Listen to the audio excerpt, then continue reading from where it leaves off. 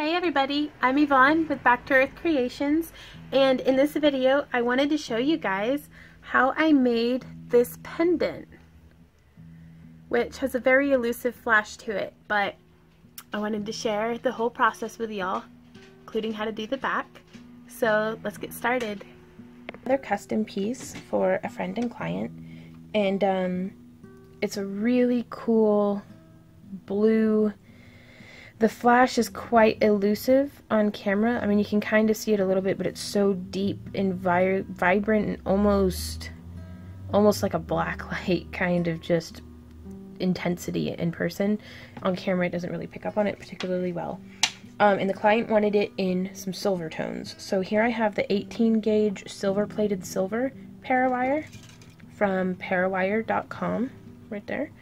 And then I have the titanium toned 26 gauge silver plated titanium. I mean, these are both copper cores, so they're pretty affordable and pretty easy to work with, but they won't tarnish or irritate you if you have metal allergies or anything like that. And I say that, but everyone has varying degrees of like irritation. Some people just don't like the feel of any metal against their skin, but for the most part, like if you just have a nickel allergy, this is not going to bother you whatsoever. And it also does not leave a green residue on your skin, which is another thing that can irritate a lot of folks. So I have like a kind of piece of scrap wire over here. And you can see it's kind of, I just want to get the idea of the circumference of the piece. Normally I use a much thinner piece of scrap wire, but this is just what I had on hand. So really to like right here is how long the bezel itself is going to need to be. But then I'm going to add a couple more inches to that for the bail. So let's see, that makes it, looks like 4 inches, so I'm going to give myself, let's just be generous and go with a solid 10. The pliers that I'm using, flat nose, round nose, 2 different sizes of bent nose, nylon gel pliers, and wire snips. So basically all the pliers in the house, just have them readily at hand. I'm going to use 4 sections of the 18 gauge wire cut to 10 inches. Oops. And I mean, it's not an exact science. You can be real particular about it if you like, but I just get it. If it's like within a half of an inch to 10 inches, then I'm pretty good. Pretty good to go. So there we are with those. And now I'm actually going to pull off a double arm span for myself of this 26 gauge wire because I really hate having to splice wire in, especially on this weave that I'm, oops, and it just went everywhere. Especially on this weave I'm going to be teaching y'all today. Okay. Oh no, I ran it over with my chair. Okay, so I'm going to find the ends and line them up pretty well. And then I'm going to find the center of my wire. And the weave that I'm going to be doing is this one here. It's what I used for the bail of this, which I kind of just stumbled into experimenting, and it occurred to me, I was like, this would be perfect for hugging a stone. So that's what I'm going to try to do. And also, if you want to see the tutorial on how this piece was made, if I remember to, I'll pop it up on the screen somewhere so you can go and check that out. So I'm just threading my wire through, finding the center of my 18 gauge lined up on the center of my 26 gauge. And I'm going to wrap twice. So there's 1, 2. So it looks like it's 3 wraps here from the front, but on the back side it's only 2. And I'm going to add in a second piece of wire, just snugged right up to the side, and I'm going to go 1, 2, and then I'm going to wrap around just the one wire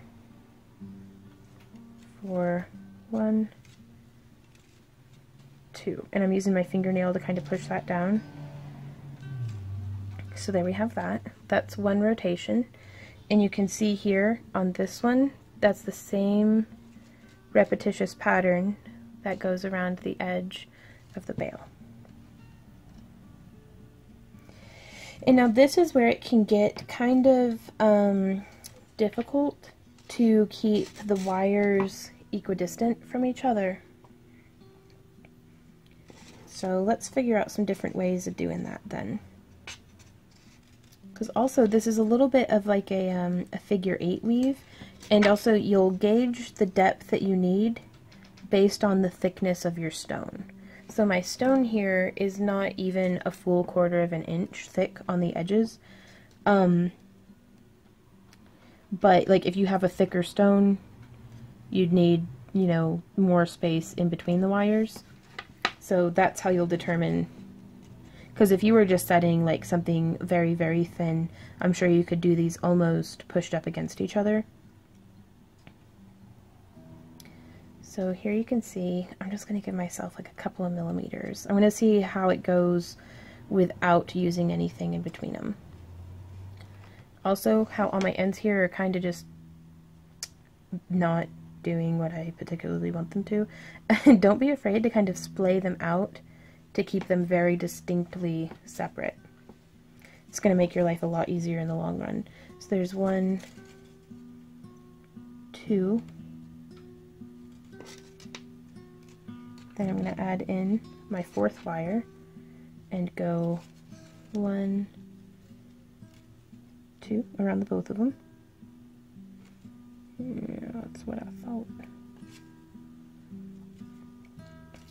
And you want to make sure, yeah, there we go. So there's 1, 2, and then around to both, snugging them nice and tight together. 1, 2. Oops. Don't snag any extra wires if you don't need to. And again, I'm getting them to where they're nice and evenly spaced. 1, 2. So there's that. And now, since I'm coming around on the back side, I'm going to weave in from above. That way it's actually a little bit, you know, of a weave. So there's 1.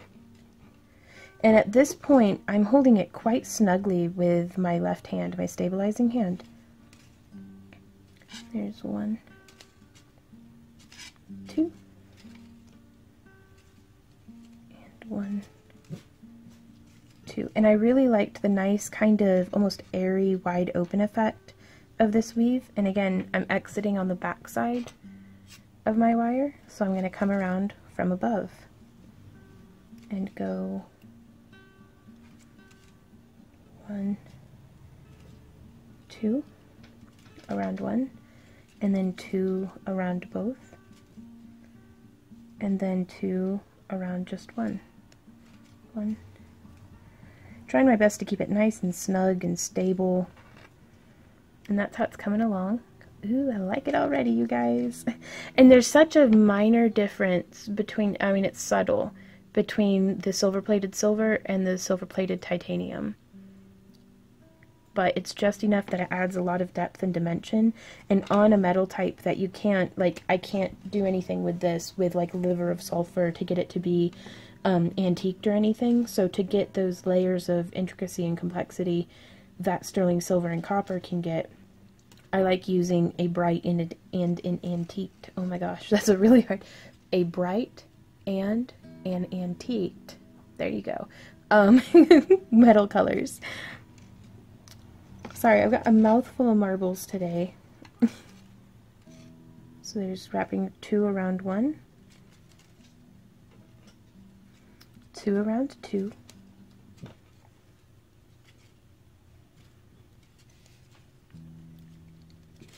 and then 1, 2,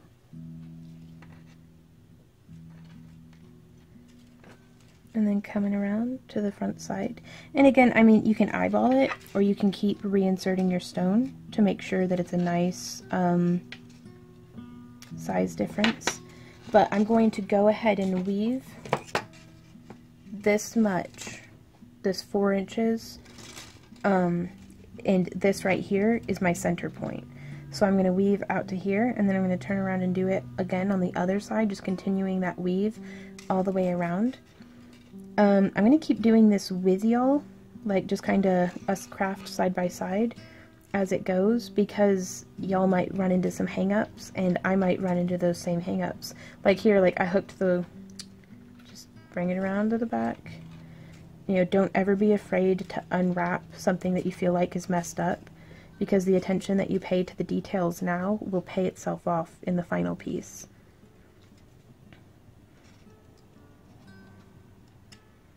So there it goes. And I've seen folks use like bead spacers and different things, but honestly something like that, for me, they become a crutch, and they more often than not get in the way more than they help.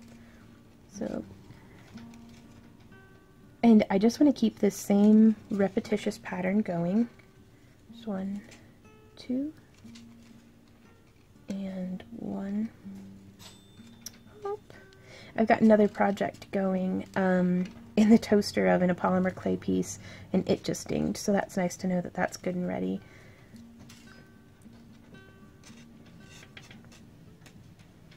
See, a story of my life though, juggling like a couple of different projects at any given moment, but keeps me on my toes, keeps me from being bored, that's for sure. And over here on the sides, like I really want to make sure that these side pieces stay very snug,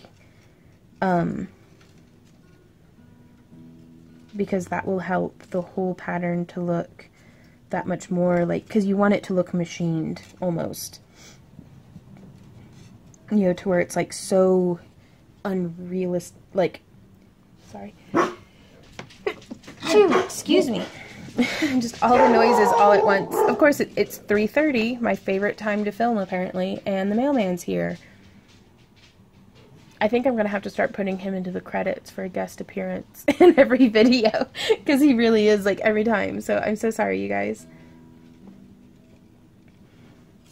But this seems to be just the time during the day that I'm able to sit down and craft with y'all. Okay, so there's one. I sneezed and forgot what I was talking about. It's a system reboot. 1, 2. Yeah, you want it to look like otherworldly level of like, wow, how did you get that even? Or at least on this piece, that's what I'm going for.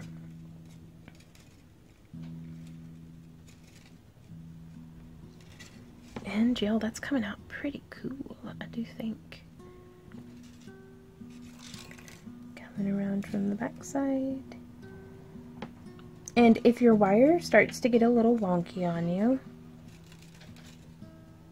like I've got some finger like indents from where I've been grabbing it, you can just take your nylon gel pliers and pull that out nice and straight, because that will make a difference if you want these cross wires here to be very straight and crisp. And so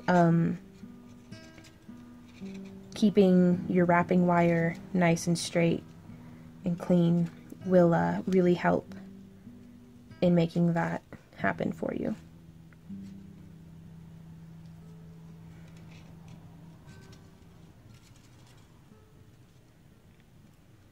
This is so exciting, guys. Like, I did this weave on a bale on that piece that I showed you, but I haven't done it, like, this is my first time actually setting a cabochon like this. So, we'll kind of get to work through all the kinks and details together, which is pretty exciting. So there's nothing quite like the first time that you make something. And we're just going to keep wrapping around. Wire wrapping is nothing if not time consuming. I mean, it doesn't have to be. You know, there are some projects that I've done on here that take like just a couple of minutes, you know, for those of us that just want to beef up our inventory or just pop out some like birthday presents or Christmas presents or just something quick and fun.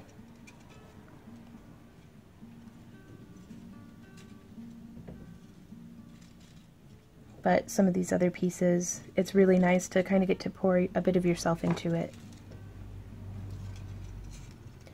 It's I keep a gallery on DeviantArt, of all my different pieces, and you know, for 9 years now. And it was really, it was pretty cool. Like, I was going back through, and normally I don't re-look at my own work. Like, I just put it on there so that I can refer customers to, you know, if you see something that you like that you want me to replicate, you know, go here. But I was going back through my DeviantArt gallery to show one of my best friends from high school, you know, just some of my different pieces, and I was like, you know, each one, it was like seeing a photo in a photo album, just the memories of the day that I wove it, just coming back, like remembering who I sold it to, and like just their little time capsules of everything that was going on in my life at that time. And I had no idea that that was even a thing until, you know, years later, looking back at a piece and just having that flood of memories,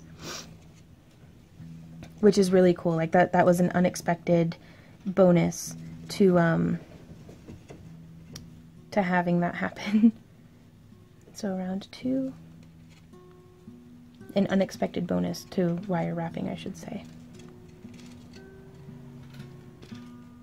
And then I re-experienced that again this past Christmas, and I mean really every Christmas, but as the year progresses I forget about it and then remember again when we're decorating the tree, because most of the Christmas ornaments, yeah, I was about to wrap from the back side. It's like, no, Vaughn, let's do it right. Most of all the Christmas ornaments actually on Randy and I's Christmas tree we made. And so each one was like, oh, I remember that. Like, a lot of them we were watching, you know, Dragon Ball Z, as we do, because that's a great show to kind of just like have going in the background when we're crafting. But it was just really nice to have those fond memories be stored in these little baubles and jewels that we've been spreading around all over the country, all over the world in some cases. You know, our first online sale was to Australia, which like blew our minds. We were like, what? Somebody in Australia wants this. Okay. How much is shipping to Australia? Which was only like $3 too. Okay, sorry. I'm memory lane again. So you can see that's coming out pretty surprisingly consistent. But I really do recommend, if you're having problems, use something. You know, use whatever tools you feel like you need to have to help you get the kind of consistency that you want. Because I honestly, whenever I started weaving this, I thought it would end up happening a little bit more like this, where I would have like a gradual increase or decrease going on. I didn't think I'd have the ability to make it almost so parallel. Wow. Right on. But I think I am going to go off camera just to keep this video from being like 300 years long. So I will continue, and I think I'll come back. Before I leave, I'm going to show you, like, going from, because this is the more natural direction for me to weave in, so I'm going to flip around to expand the other side. You know, because we'll get there, you know, and I do find it's easier to work from the center, because that way if I did have a gradual decrease, at least I could do a gradual decrease on the other side and make it symmetrical. And usually if something is symmetrical, then it looks like you did it on purpose. And so this one, the wire was exiting from the front and coming around to the back. So then I'm going to wrap once. Yeah, and this is totally, like, feels much clumsier, because I'm used to wrapping the other way, given, you know, my natural inclination and preference. So 2 around 1, and then 2 around 2, so there's 1, 2, and also, I guess I could always just flip it over, haha, and now I get to weave the way that I'm used to. So don't ever feel like you have to hold something a certain way or at a certain angle. It's like, no, this isn't middle school or elementary class where it's like they make you put your paper straight on the desk and you have to write like this. It's like, no, turn it however is most comfortable for your body to happen and for your hands to happen. Because if it's not comfortable and if you don't like doing it, then you're not going to do it. And, you know, I think that's the worst reason in the world to not do something, is to be like, oh, well, I didn't like holding my hand that way. And it's like, well, did you try it another way? Well, no. Well, it's like, maybe you should try that before you give up on yourself. Ugh, I hated that about middle school. It's like, turn your paper straight. It's like, how on earth is the angle that my paper is on my desk going to affect the answer?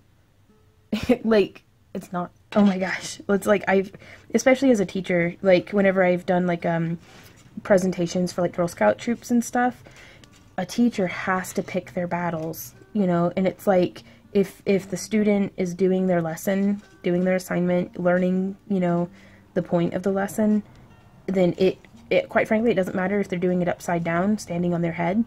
If they're doing it and they're learning it, that's awesome. Like, that's the point. But I don't think I have the same teaching style as a lot of the teachers that some of us might have suffered under through our primary school years.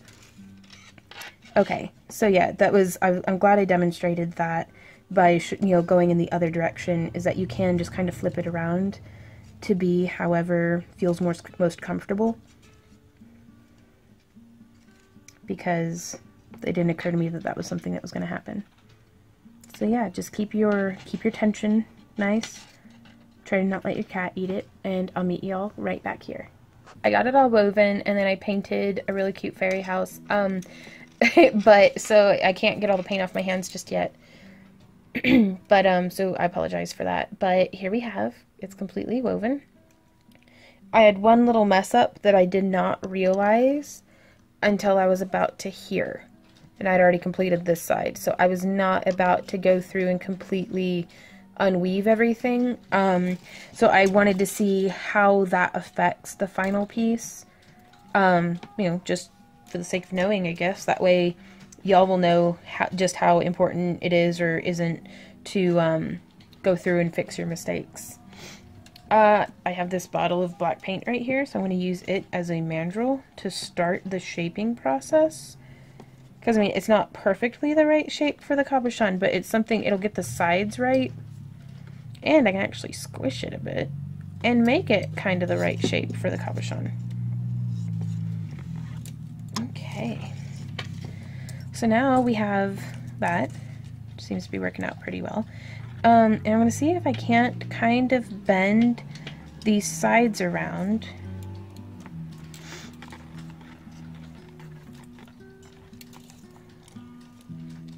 To get this to hug the stone. Oops. Okay.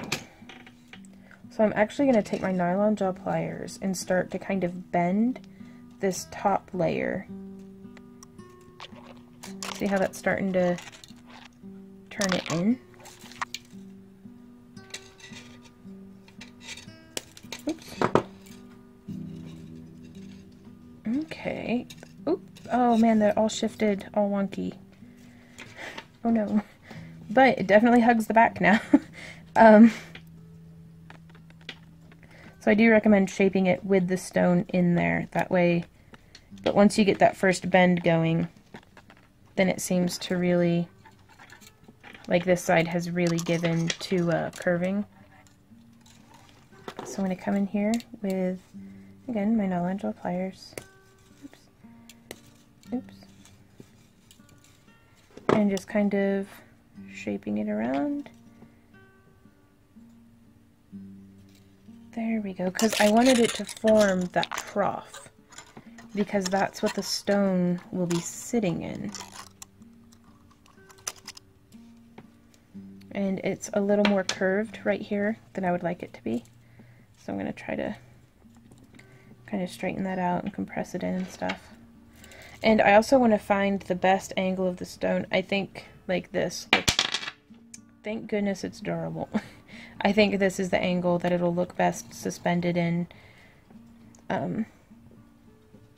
as a pendant. I'm going to flip around and see which side of the wire weaving looks better. I think this side holds better. Okay, and so now from here, this is the part where we kind of just make it up as we go. Yeah, it looks like I could do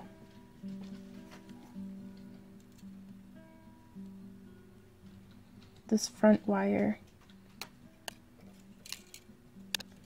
I'm going to coil 2, 3, 4, 5. And I'm going to bring this one, I've wrapped 2 around one, so now I'm going to wrap 1, 2 around both, and then 2 around one. And I'm going to bring it from the back to the front. I'm going to go ahead and let the stone sit out for a minute. And yeah, so it'll come just like this.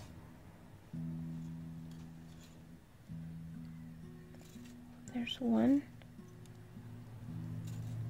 There's 2.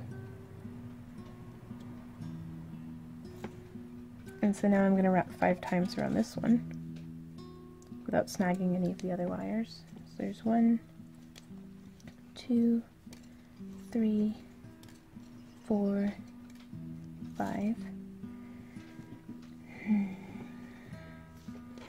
Let's see. Yeah.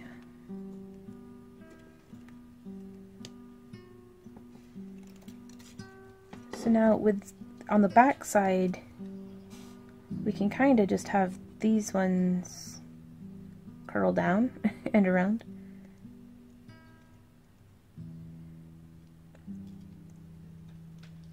That way they'll kind of just hug on the back there and keep it from popping out that way.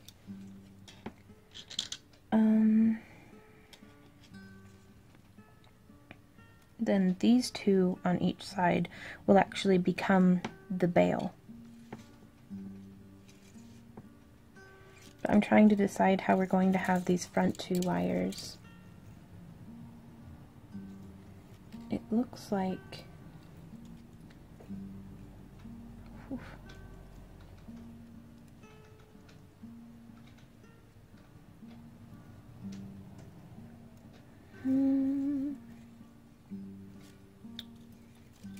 Six, 7, oops, don't want to snag all these other wires. 8, 9, 10,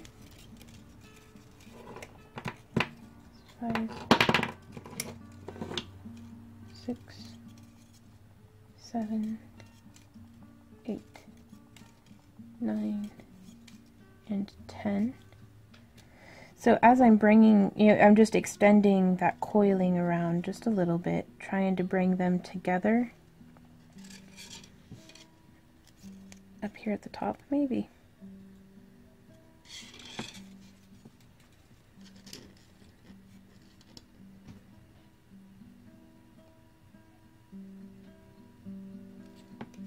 Yeah, I think I'm just going to do it to maybe 20 coils. 4, 5, 6, 7, 8, 9, 10. Oh, let's make it 30.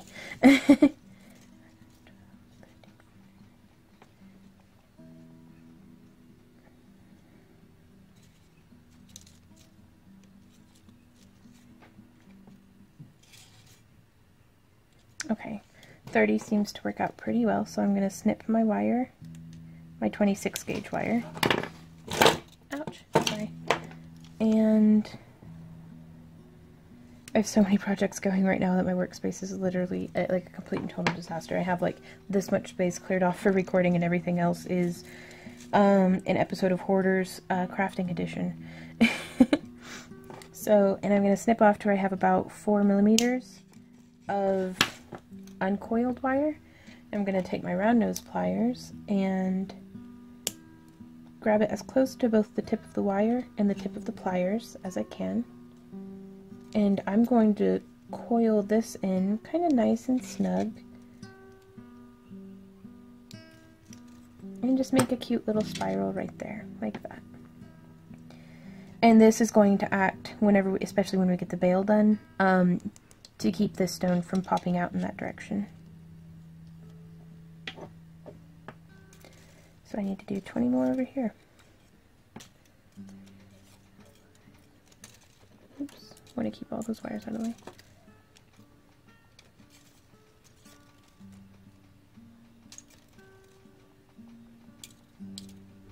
Now, if that's how you coil, and then you push it all down and it's not as tight as you like, just grab it pretty firmly and start cinching. It'll start to kind of torque itself down, and then you can also always just take your pliers and gently encourage it to cinch down onto the core wire. So I'm going to snip my 26 gauge, flatten that little tail down so you don't have to worry about it poking you. Cut about 4 millimeters of uncoiled, and we're, oh, that's so pretty. I love this blue stone. And I'm going to spiral in from the other way.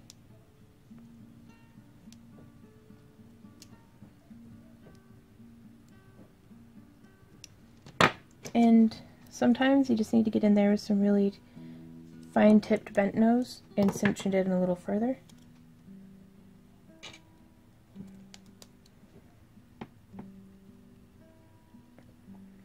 Now also, I want to come through with the option.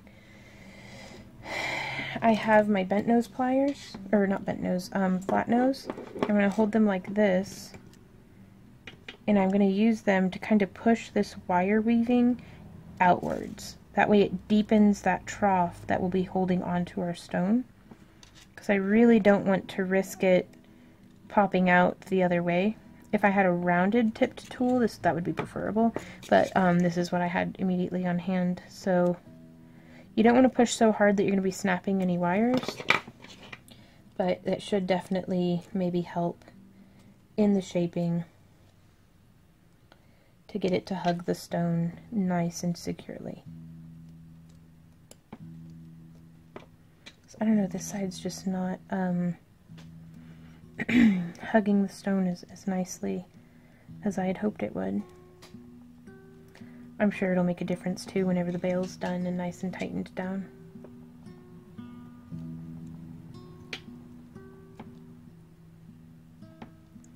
So here we are with this. And now to start this off, what I'm going to do is I'm going to pull out just an arm span and like a half, because if I have extra, that's fabulous. I can use it for splice it into something else that's easier to splice into, but be sure to give yourself more wire than what you need. And I'm going to dig around and find a really cute bead, and then I'll meet you all right back here. Found some beads, and I'm going to thread them onto my 26 gauge wire. I have some 2mm silver and a 4mm labradorite, and it's going the 2mm, 4mm, 2mm, because I think that makes a really nice proportion. And I'm going to put these, oh, where am I going to put them? That's a good question. I mean, I'm not going to put them like on the center of my wire, but I'm going to put them far enough up that it's not going to get in my way. Now, let's see if we can't get in here. And I'm going to do a few rotations on one of my front wires, just like this. So there's 1, 2, 3, 4, 5, 6, 7, 8, 9, 10, just to make it nice and tight and simple. I'm actually going to snip off that extra tail. Normally I wouldn't waste it, but I'll show you what we're doing here.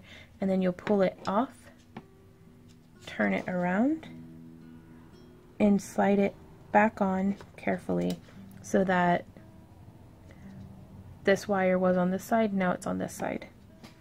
And I'm going to use my bent nose pliers to train down that weird little bit that was kind of poking out. And I'm going to bring that down so that it's like right there. And that gave me enough that it's going to bind it to the wire. I'm not going to have to worry about pulling on this and it ripping it out. And it looks like I could actually use an additional 2mm bead on each side, but we'll see how that goes. Goodness, it's windy outside today. I hope we don't have to worry about any tornadoes or anything. I think Randy's going out to check now.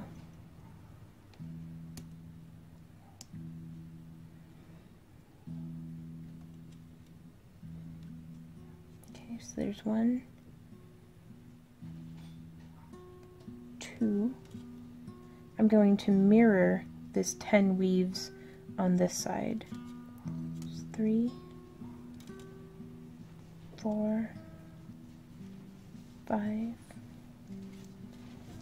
6, 7, 8, 9, 10. And I'm not gonna lie, I totally added these cute little beads in for filler so that I could make the bail without having a big empty spot there. Okay, so now I'm just gonna weave around here to the front. I'm gonna kind of put a little bit of a bend in the neck of these two, right where the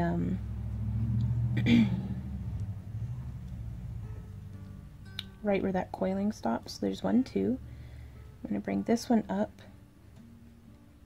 bent similarly, and there's 1, 2 around both, and then 1, 2 around 1. I'm going to bring this one in and bend it similarly. Ooh, y'all, I think I like it. Now, if I could just make sure, like, I really don't want, oh, that's winning my heart right now. Y'all see that blue? And I can tell you, it's like at least 3 times more vibrant in person and just piercing. Oh. Okay, so going to the other side, and there's 1, 2, 2 around 2, 1, 2, and then 2 around 1, so there's 1, 2, because you do want it kind of offset, because this is going to be a kind of nice flat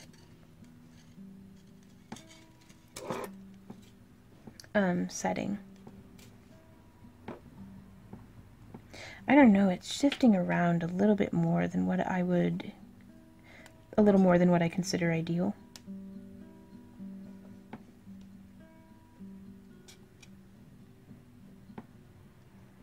But I might just not have the final, it may not have achieved its final form yet.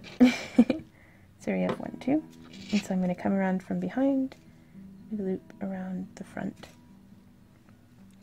Also, I think I'd have given myself a little bit more wire as well. I might have gone with a full foot as opposed to just 10 inches. See, I feel like if I pushed real hard on the back, it does destabilize it. So maybe if I squeeze in on the sides and really get it to, like, smush. Maybe if I go like this, let's try that. I'm going to try it that way. If it messes it up, y'all don't have to worry about messing your pendant up. It'll be mine that's messed up. And by smushing it flat like that, I think it'll give it a little bit more of a wider bezel, so it might hold it a little better. Just seem that way. Let's keep going though. Let's keep going on this bail. So there's 1, 2, around 2, or around 1, and then 2 around 2, and then 2 around 1. So there's 1, 2. Now come around to the other side. This 1, 2, 2 around 2, 2 around 1, 1, 2, and you just kind of continue this weaving. Now this is a little wide for in the front for me, but I think I might try to just continue, instead of having it go wide like this bail, I think I might have it just be nice and straight, with no tapering up or down, and see how that works. But you could certainly put a little bit more flair into it if you're doing this for yourself and you prefer that. I don't know how many, I will never in my life have said it enough, there's no wrong way to do art. There's just not. You know, if it does for you what you want it to do, then you did it right.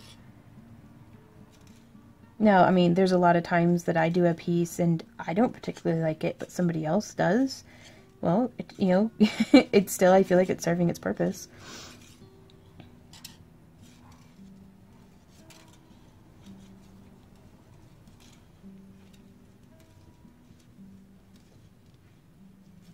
And I'm just continuing this same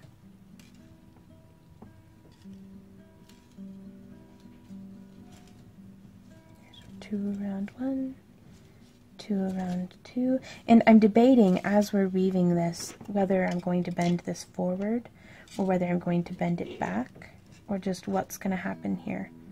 There's no telling. Because I think if I had a more stable back, like I wouldn't be able to push in on the bottom part if the top part is so filled in that, you know, like if it has a nice stabilized back. Here's one, two around one, two around two, two around one, and weaving around. This is definitely, I enjoy doing this weave just for the sake of like weaving.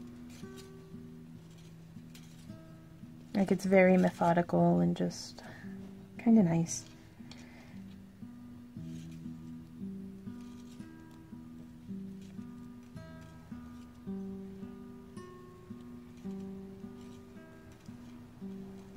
It's definitely giving me, if you can see that bit of a red swollen spot right there.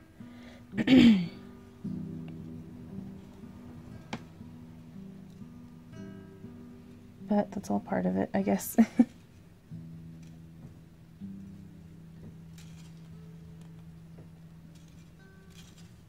Two around one, two around two, two around one.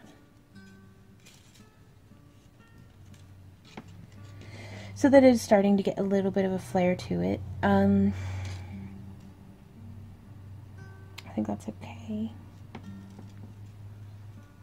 But I am, seeing as I'm running out of wire, I'm going to start going on the decrease. Maybe.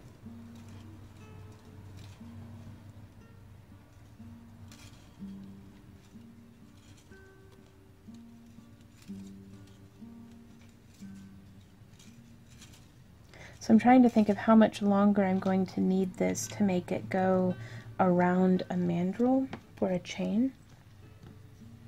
Which I have a perfect mandrel for a chain right here. It's a pen. I do actually have like proper wire wrapping mandrels somewhere in this house.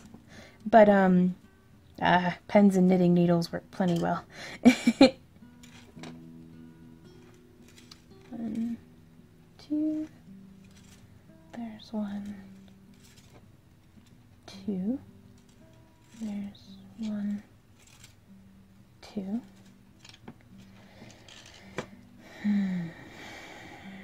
I just like the way that, oh, that blue though. So pretty. Sometimes that's part of the fun too of wire wrapping, is every once in a while just sitting back and looking at the piece that you're working on and being like, oh, I like that. Just enjoying that process. Like, I think that's why I've enjoyed crafting for so long, is I got addicted to that, oh, look at that, you know, kind of sensation of like that excitement of, oh, I made this. You know, and I'll show it to Randy, and I don't want to say that he's unimpressed. He's just kind of, I guess, maybe used to me. And he'll be like, yeah, it's just another thing that you made, you know. And I'm like, but, you know, and then I'll point out the things that I really like about it. And he's a very stoic and kind of quiet person anyways. But he, I'll be posting a video, or I might have already posted it by the time this gets online, of him reacting to how large a Flemish giant rabbit was. And the young lady who is showing us her rabbit, she's the girl who house sits for us, she was like, did you not like it? And it's like, and I told her, I was like, that's the equivalent of him jumping up and down screaming. Like, he was very, like, he's just a quiet person, like almost the opposite of me. For as much as I talk, he'll just sit and listen.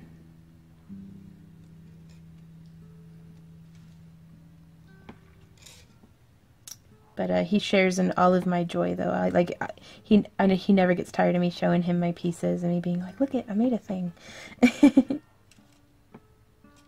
Okay, I think I'm going to finish the 2 around 1 on this one.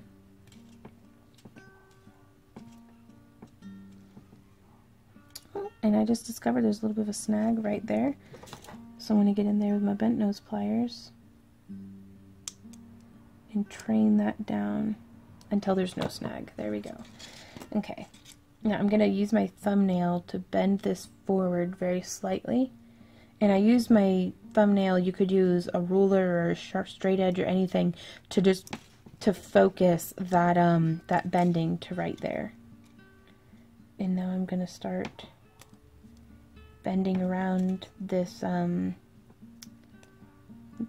mandrel or pen or whatever you're using.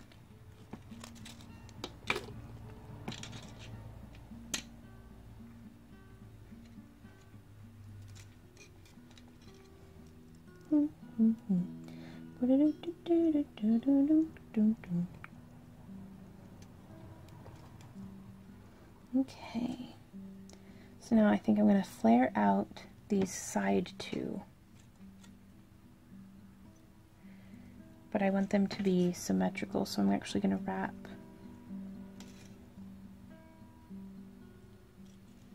there's 1, 2, and then there's 1, 2 around both, 1, 2, and then I'm just going to wrap 2 around this one. So now whenever they bend outward, they'll bend a little bit more symmetrically.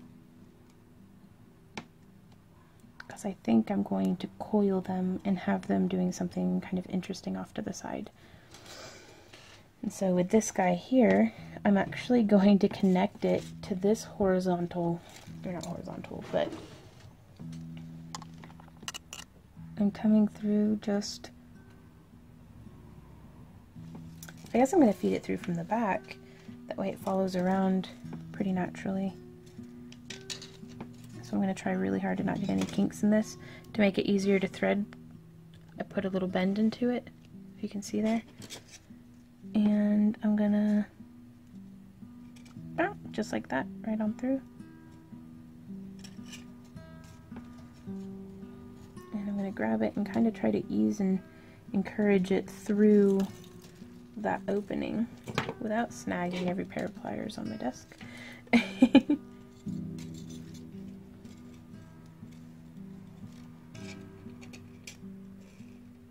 going to try to not tangle it around my wires.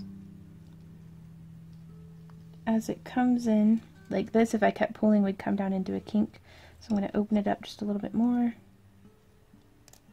And there it goes through. Now it started to kink just a little bit. Before that becomes much more of a problem, I'm going to come through with my nylon jaw pliers and just straighten that on out. That makes such a huge difference. And so now I'm going to really cinch that down and do a little bit of a weave. So there's 2 on this side. Oh, and now I get to feed it back through again. Hurrah! Sorry, I'm having trouble. Like, my end got all wonky here. Whenever that happens, just be gentle with it and ease it back out into being straight. It's so easy sometimes to get impatient with your wire and with yourself, but just keep at it. You'll do great. Again, I'm going to put that little kink back into the wire.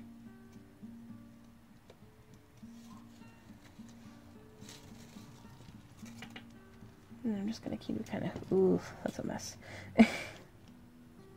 There we go.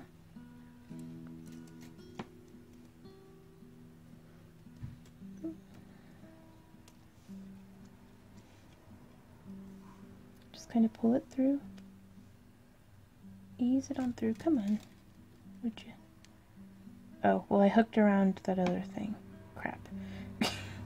Oops. So I did not mean to hook around this long guy here, so I'm going to pull out just enough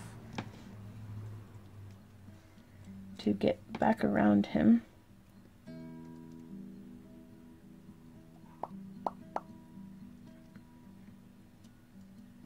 There we go.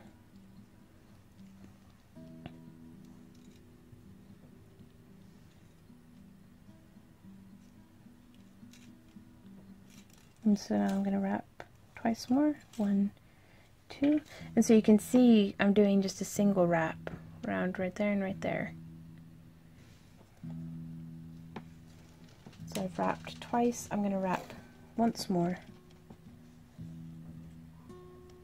I'm going to try to avoid threading through any of the other wires.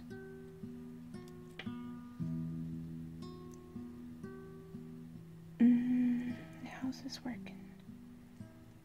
There we go, maybe? Yes, okay.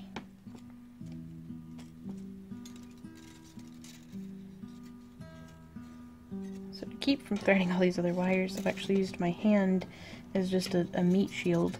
And so now I'm going to pull that through, hopefully without kinking anything. There we go.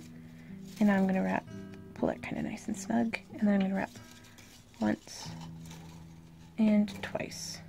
So you can kind of see that little bit of detailing, but that's nice and secure. It's going to hold it nice and stable, I think. Now from here, I've wrapped twice, so let's go 3, 4, bend that guy out of the way, 5, 6, 7, 8, 9, 10, press down, 11, 12, 13, 14, 15, 16, 17, 18, 19, 20, 21, 22, 23, 24, 25, and cinch it. Yeah, this is something that I kind of like doing when I can manage it. It's always a fun little crazy random happenstance if it works out that way.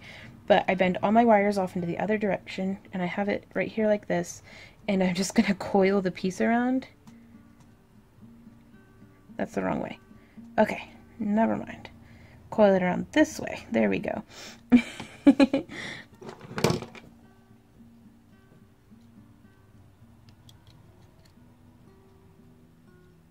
Straighten out. Cinch this wire down nicely. Or try to. There we go. Straighten this one so it stops scraping me. 5, 6, 7, 8, 9, 10, 12, 13, 14, 15, 16, 17, 18, 19, 20, 21, 22, 23, 24, 25, 26, 27, 28, 29, 30, 31, 32, 33, 34, 35, 36, 37, 38, 39, 40. And I think I'll be able to fit... that might be too much. Where's my ruler? There's my ruler. Because I want to be able to get the same amount on the other side. So it looks like I can do about maybe 3 centimeters worth. And it looks like I did about 3 centimeters worth. Okay. So now I'm going to trim this right where it is. Well, trim the 26 gauge.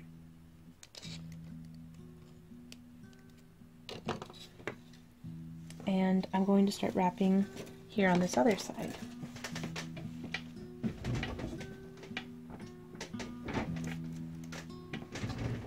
Okay.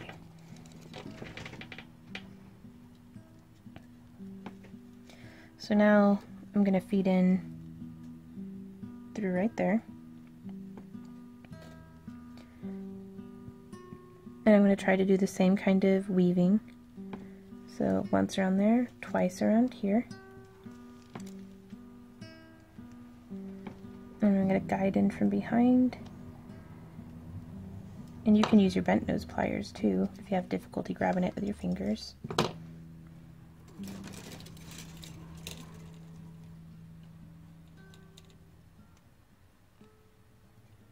So there's another one. And then I'm going to go 1, 2. And it doesn't really look like I have the space to do a third one, so I'm just going to leave it at that. And now I'm just going to coil until I've coiled all I can coil, and I can coil no more.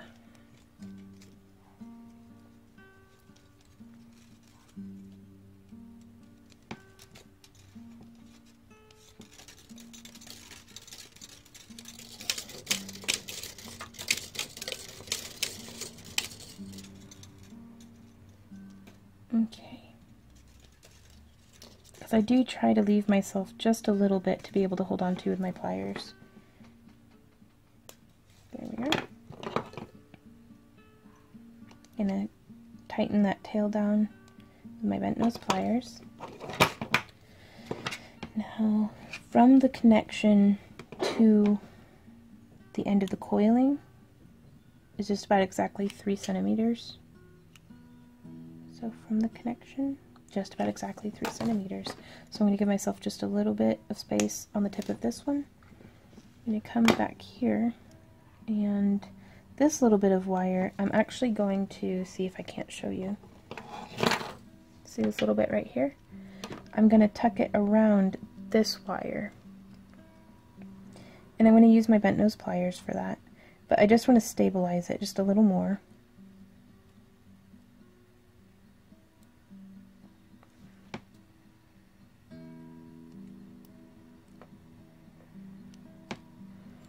There's one.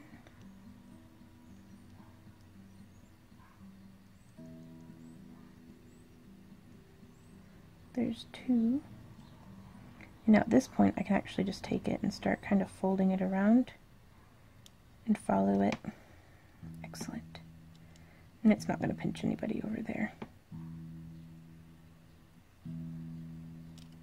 There we go. And so now we can take these, and we'll decide to do what with those. We'll decide what to do with those side branches here shortly. Because now we also have these 2 just coming off the way that they are, and these 2 on the back.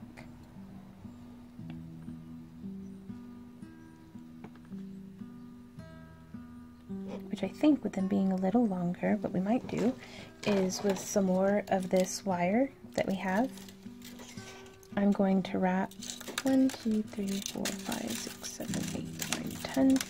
10 is just a nice, stable, like 5 is almost even too few sometimes for starting it off. And then I'm going to just wrap up that little tail part instead of cutting it off.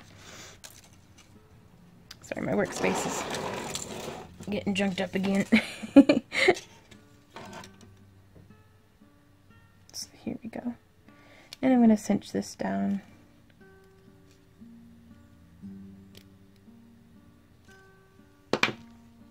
And now with that, we have maybe almost like 13 rotations. I'm going to push this up quite a bit. Just like that. And I am going to weave it to this wire. There's 1, and there's 2, and I'm going to weave on this side. If you can kind of see what I'm doing. 1, 2, 1, 2. Just kind of, I'm not worrying so much about having it be perfectly spaced, but I am keeping it nice and tight. 1, 2, there's 1, 2. So this is definitely going to keep this a little more stabilized. Maybe. Hopefully.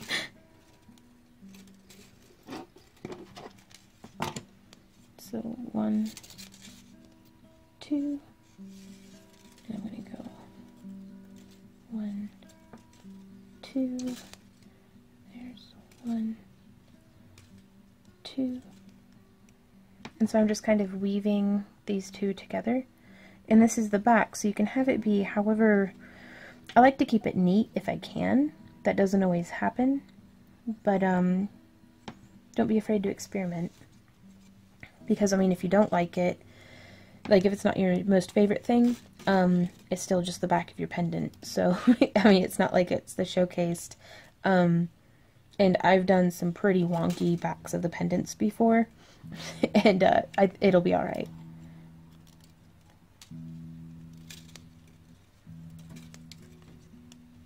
And I am giving it a pretty decent, like, widening taper here, because I really don't want this to happen. I don't want anybody to be able to push it through. I mean, it snapped in there pretty well, but I'm going to try to continue this weave down to the bottom and then have them coiled off in each direction. So to get that wider 5, 6, to get this match, there's about 6 rotations on each side. So there's one, that would have been the 2 around the 1, this would have been the 2 around the 2, and then this would have been the 2 more around the 1 before coming over to the other side. 2, 3, 4, 5, 6. And you can do it loosely and then push it down and then cinch it. I'm just doing that because this, and you can see that red mark is getting pretty irritated and swollen.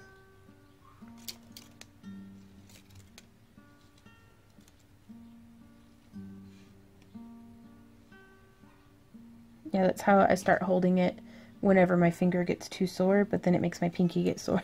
So it's sore hands, again, are just part of it.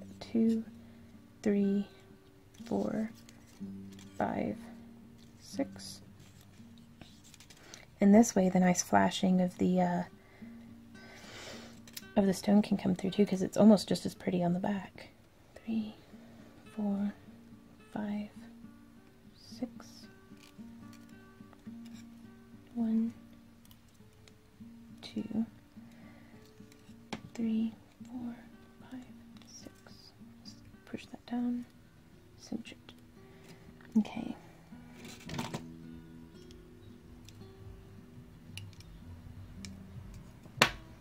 So now actually I think I'm going to poke through the side here, boop, just like that, hooking around one of these lateral cross wires.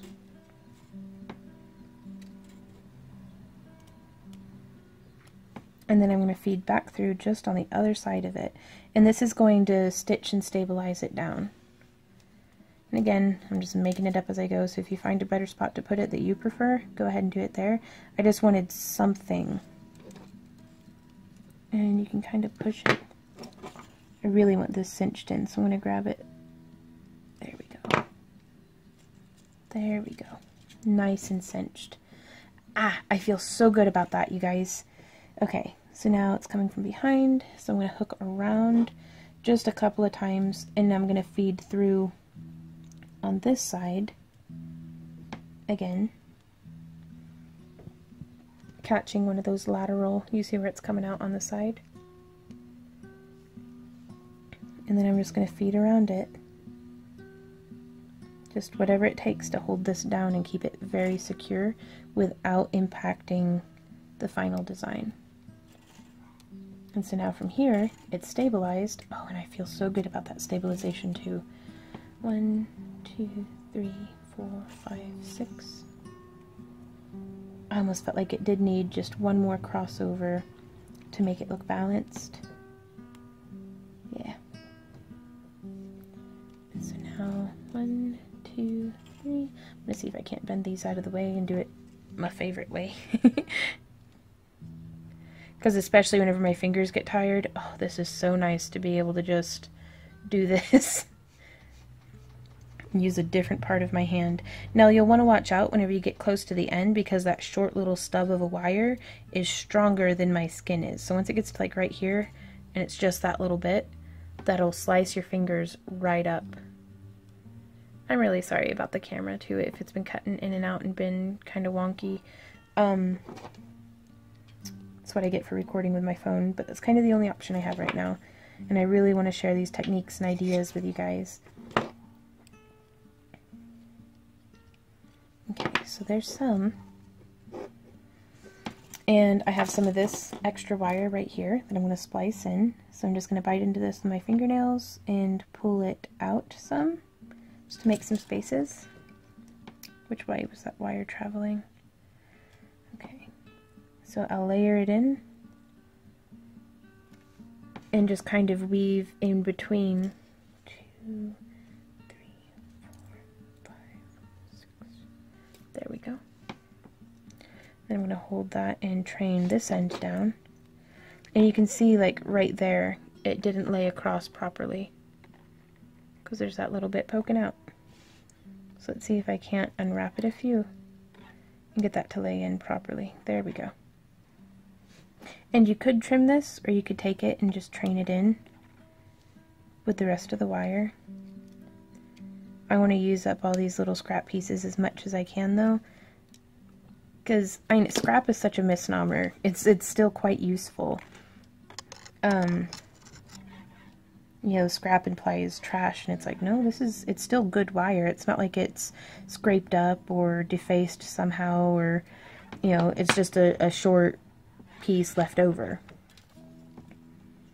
Okay, now you do want to hold that pretty secure as you continue wrapping, because otherwise you might just coil it right off of itself, or turn it right off of itself. Yeah, because it's like, there we go. Oh, this is coming out nice though.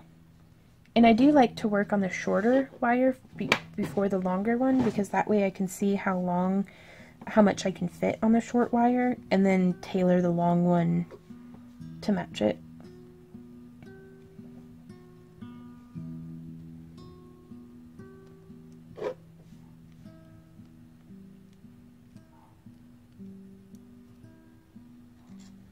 There we go. And now this last little bit, that is going to become scrap. It is just a little too short for wrapping purposes, but I still hold on to it. It hurts. Okay, so now I'm going to work off the spool, which just means I'm not going to trim it. I've still got it kind of connected there. And I'm going to start coiling onto this other leg. 2, 3, 4, 5, 6. And there's not really any point to counting this one because I did not count the other one. I'm going to do it more by measurement than by counted coils. And I'm going to smush this tail down, just like this.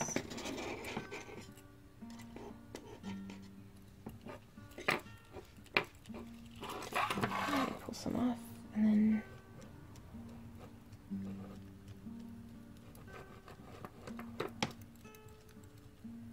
then just go. I do apologize that if y'all hear a lot of like yipping dogs in the background. That's our neighbor. They've got 2 cute little pups that they keep outside during the day when they're at work. But oh, they do get distressed if somebody like uses a sidewalk, or if we flush our toilet, or you know, anything like that. Like if we have a window open and they can hear us, they start freaking out. Which, you know, that's okay. It's their dogs. It happens. I'm pretty desensitized to it. But I know that some folks will be like, what on earth is that noise? So it's like, well, that's what that noise is.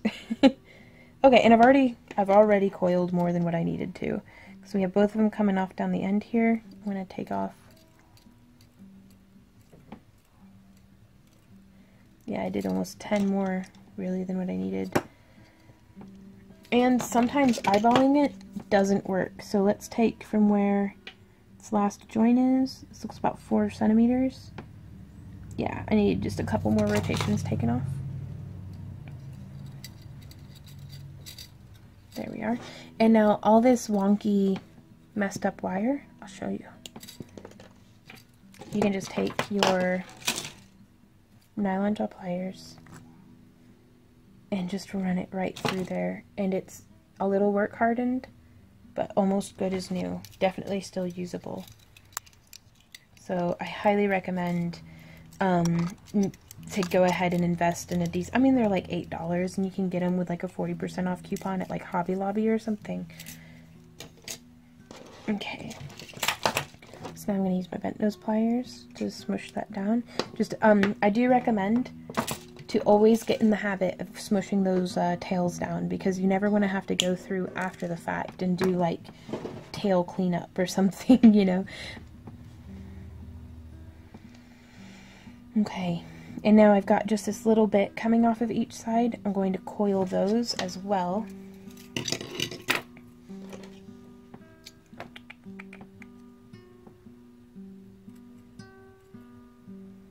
Just 1, 2, 3, 4, 5. Some of these are getting kind of tight. Ooh, and I'm going to try out an idea on this one, just to see if it works, and I'll tell you guys about it as I start to do it, because words are hard sometimes.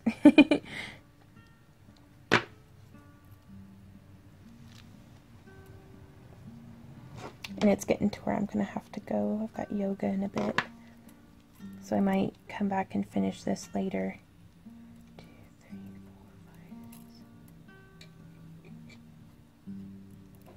4, 5, 1, 2, 3, 4, 5, 6, 7, 8, 9, 10. So what I'm doing is I'm making the coil on the shorter side, like the shorter of the 2 wires.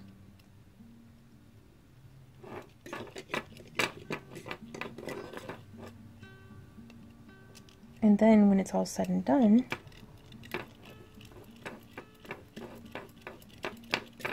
I'm going to get it as far as I can, and then I'm going to slide it off of my base wire, and I'm going to slide it on to the longer one on the other side. And now I can go ahead and trim it.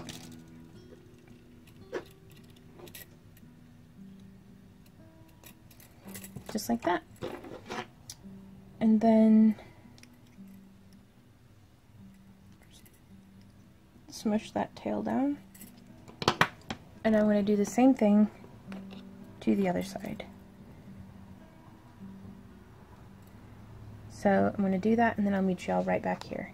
The appendages, nice and kind of coiled, and I'm going to start doing some decorative sculpting. It is very, very windy here, so hopefully the house holds together. I'm just making sure all my ends are twisted down.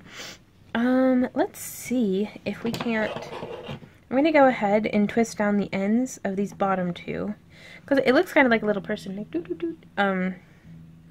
But I want to make sure that I can twist these up and around without the spirals coming off. So I'm just twisting and bringing these in like this.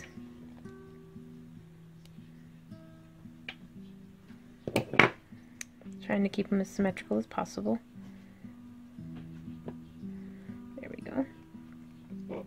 But with this coming down, I'm going to twist them outward. Again, symmetry. I think maybe just having it loop around the front like that. Like, is that nice maybe? I don't know, we'll have to see how the whole thing looks, because I want to see the composition of everything together.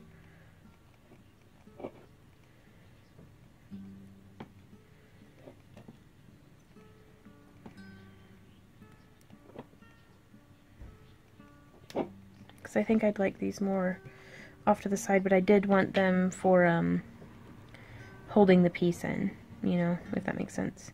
So these ones I'm going to wrap around to the front and then spiral kind of downward.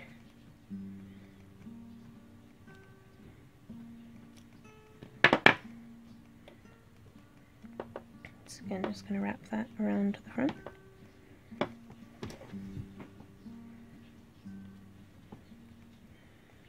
And this one's a little different from my typical style, but I think that's perfectly okay to experiment with different things and different styles. It's like, I've always found it more limiting than empowering to have, oh, well, you know, this is my style, so this is the thing that I do.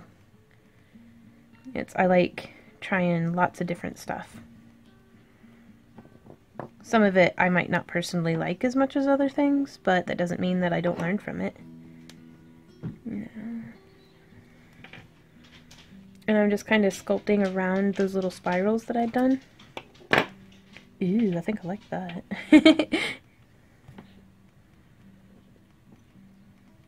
Now I am going to have to go around, I think, and stabilize these side wires. That way I don't have just a bunch of cool little coiled squiggly things, oops, wiggling around everywhere.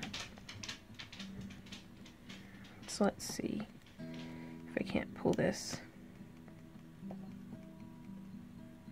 down and back that way. Well, it definitely looks like it's going to hold into place. I'm going to do just a few inches of my 26 gauge wire.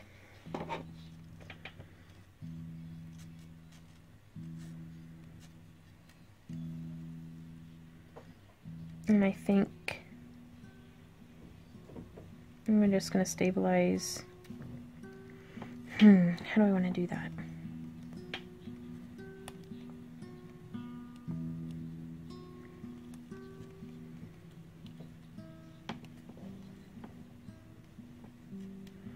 Because I really want this piece in the front here to stay where it's at. So I think if I just folded it in half like this. And then I'm going to come in from either side of it.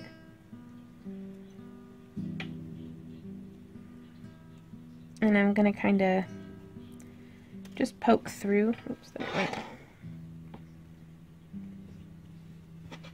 From the front of the, I'm going to scooch these away a bit, but I'm going to poke through the front of the cabochon out the side. And if I can't get it to go through on its own, that's where I bring in my bent nose pliers and get in there and pull it out. Okay, so now I have it like this. And so now I can actually bring that around the wire. And this is where I'm actually going to be pulling it down, cinching if I can, yeah, to get it to fall in line. And I'm going to go with this other half and feed back up and through.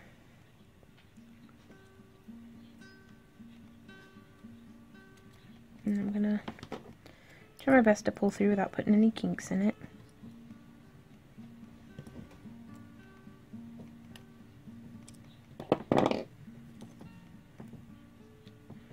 And I'm going to come up from underneath because I only want to wrap around one. Oh no, and there's a kink in it. So let me see if I can't. Nope. Well, that did not work out the way I wanted to. Fortunately, we have the other end here still, and there's no pokey bits, so that's great. Oh, drop. So that's why it's good to avoid getting kinks in your wire. I'm just going to wrap around like that.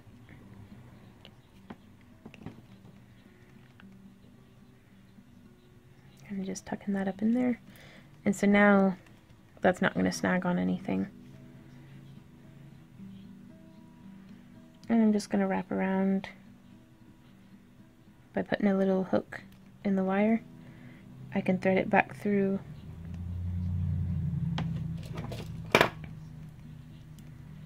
and bind that down nicely. That way we don't have to worry about, you know, and I really don't like it being bound like that. I want to bind it around one wire. That way it doesn't disrupt the pattern. So I'm just going to get in there with my pliers and try to carefully unwrap it.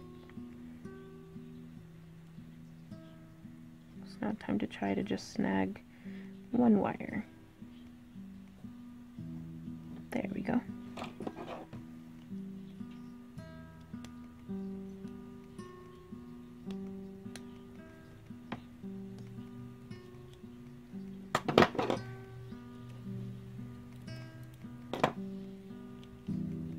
There we go. Okay. So I'm going to trim that flat. And I've got a nice little pokey bit of wire, but that's why I'm going to take my round nose pliers and tuck that inward for sure.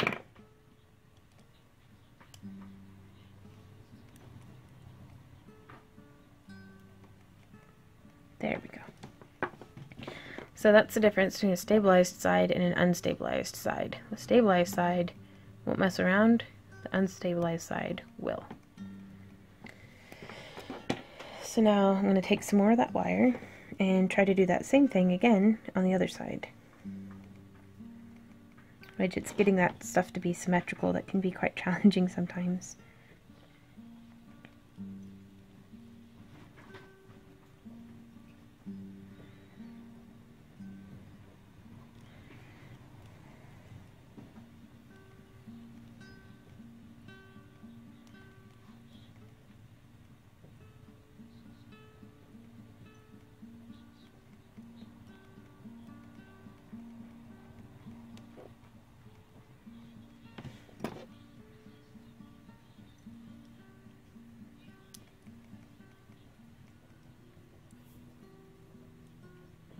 Oh, drat. Get through there. Come on. You can do it. I believe in you.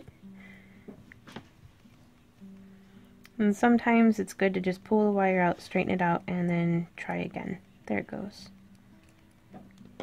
As opposed to just fighting with it, and fighting with it, and fighting with it. Okay, so there we are. I've got both of them through. I'm just going to grip them with my pliers. And I'm trying to get it to, like, kind of cinch down. Oh. Okay, well, darn it. I pulled just one end of it. So it pulled it all out. So now I get to try to put it through. There we go. There's one side. And could that be the other side?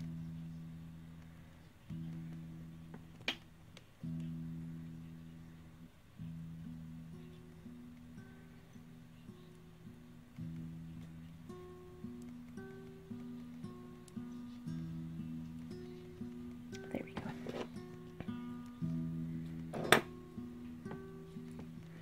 Okay, so I'm bringing that around. I've got both of them. I'm going to try my best to not do what I just did again. There we go. And I like it being cinched in to where you can't really tell where exactly it was that you did the cinching in.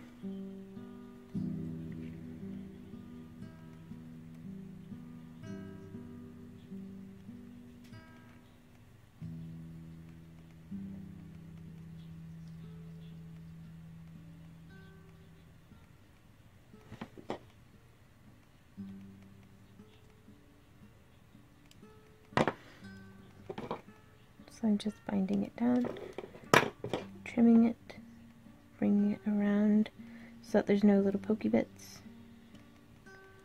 And you can be as selective as you want with these decorative pieces. You can have them be into whatever design and style that you would like. So I kind of still like the idea of them being a little off-center off the front. Like I think they look a little sitting on top of the stone, like I don't want to hide it. And it feels pretty well in there now too, especially since I have this weaving on the back.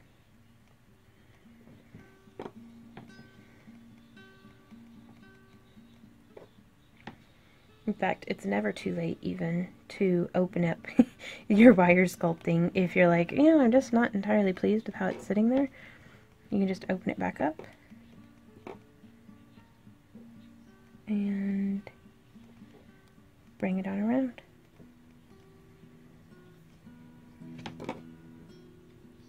Ooh, I like this much better. By like a billion. No, I'm gonna have to go through and stabilize on the other side, but such is life.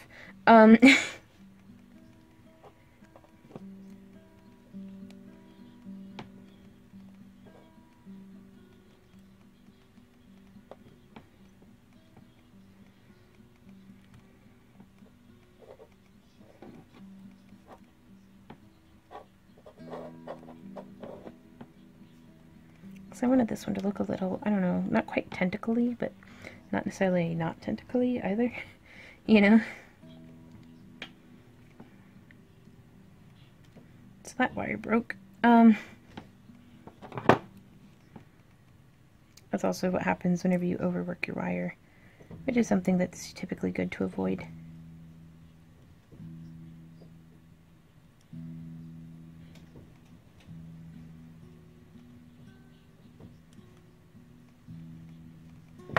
So there we go, I got that side stabilized, and that one's sitting pretty well where it's at. But I'm going to stabilize it anyhow, because that's how I roll.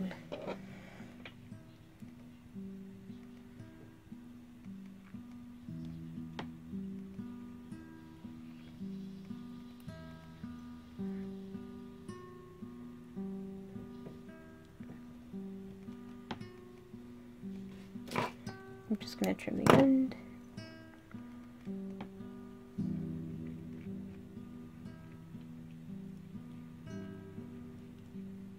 Excellent. Okay.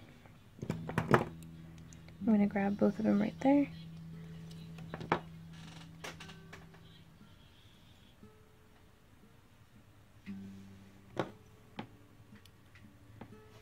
Okay.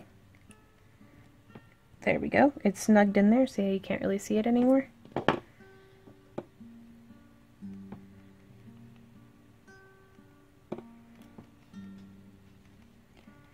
And since it's on the back, I don't really mind wrapping around the back edge right there. So, I mean, a lot of this you can get as creative or as, well, that'll do, as you would like.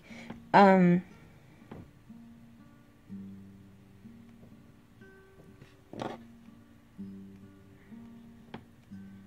there we are, nice and stabilized. And again, like I've said before, there is no wrong way of doing this, so long as there's no pokey bits where you don't want there to be pokey bits, so long as there are not stones popping out where you don't want there to be stones popping out, and all of that, then you did it right. So I'm going to send a picture of this to the client and see what they think, and then I'll get back to here with y'all. I wanted to thank you guys for watching this tutorial. If you have any questions, comments, or ideas, I'd love to hear from you about just any of it. Y'all know I like hanging out. But yeah, I'd also love to see pictures of what you've created. So if you would like to share pictures of your creations, please find me on Facebook. I'm just Back to Earth Creations. You can like put it in the search bar on there and find me. Please like and share that with your friends if you don't mind. Also, if you wouldn't mind giving me a like, share, and subscribe here on YouTube, that really helps out in spreading the artisan education that we're trying to do here so that everybody can learn how to wire wrap. And if you guys enjoy my free tutorials and would like to support more of them, as well as an increased quality of tutorials, because right now I'm filming everything on my phone, and it'd be really nice if we could get like an actual camera. So then if you would like, you know, to do that, you can check out our Patreon. There's links down below, and you can pledge however much you like. If you pledge just $1, it puts your name in the hat to win a one-of-a-kind hand-sculpted something. Sometimes it's a fairy house, sometimes it's a journal cover, sometimes it's a three-dimensional wire tree. It's just all sorts of stuff. We do giveaways twice a month, and as we get more and more patrons, we're going to be doing more and more giveaways. So that's pretty cool, I think.